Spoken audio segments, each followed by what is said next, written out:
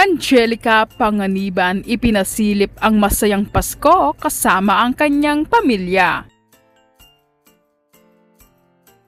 Puno ng ligaya at pagmamahalan ang tahanan ni Angelica Panganiban nitong Kapaskuhan at masayang ipinasilip ng aktres ang kanilang selebrasyon kasama ang kanyang mag-ama. Sa isang Instagram post, ibinahagi ni Angelica ang sandaling puno ng tawa at halakhak ng kanyang pamilya at kasama ang mga kaibigan.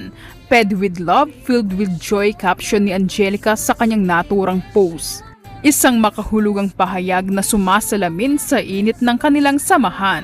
Kitang-kita naman ang kasiyahan sa mga mata ni Bin, ang anak ni Angelica Panganiban, na ngayon ay ramdam na ang saya ng Pasko. Hindi na tulad noong siya ay baby pa lamang, ngayon ay aktibo niyang nararamdaman ang bawat tradisyon, dekorasyon at lalo na ang excitement sa mga regalo. Samantala, napakaganda naman tignan ang pamilya ni Angelica na talaga namang swerte niya na may sweet at mabait na asawa na very supportive sa anumang bagay, at napakaswerte din niya sa kanyang anak na very masayahin, bibo, cute at maganda, na talagang wala na siyang mahihiling pa sa masaya niyang pamilya.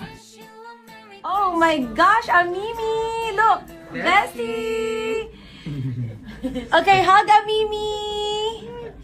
Hug! Aww. Okay.